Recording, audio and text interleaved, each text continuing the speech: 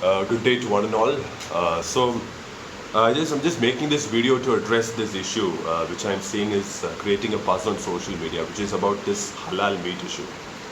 I read this news the other day that a couple of Hindutva activists had attacked a Muslim meat seller for not giving them non-halal meat.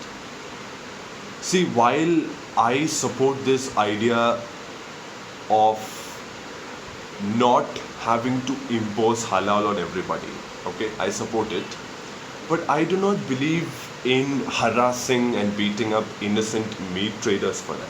Because you see, only when there is a demand for non-halal meat, there will be a supply for non-halal meat.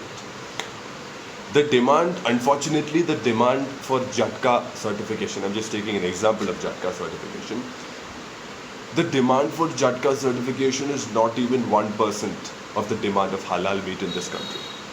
So only when there is demand you will have supply. So there is no point in harassing innocent meat sellers for not giving you non-halal meat. If you genuinely want non-halal meat, you will have to create a demand for it. Hindus have to come together. They've got to see that from now onwards we will not touch non-halal foods. Halal foods.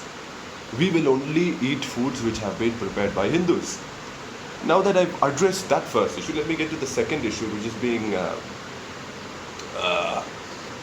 addressed by people from the left liberals, saying that Hindus are in a way Islamophobic because they are rejecting halal food. I do not see the logic in this.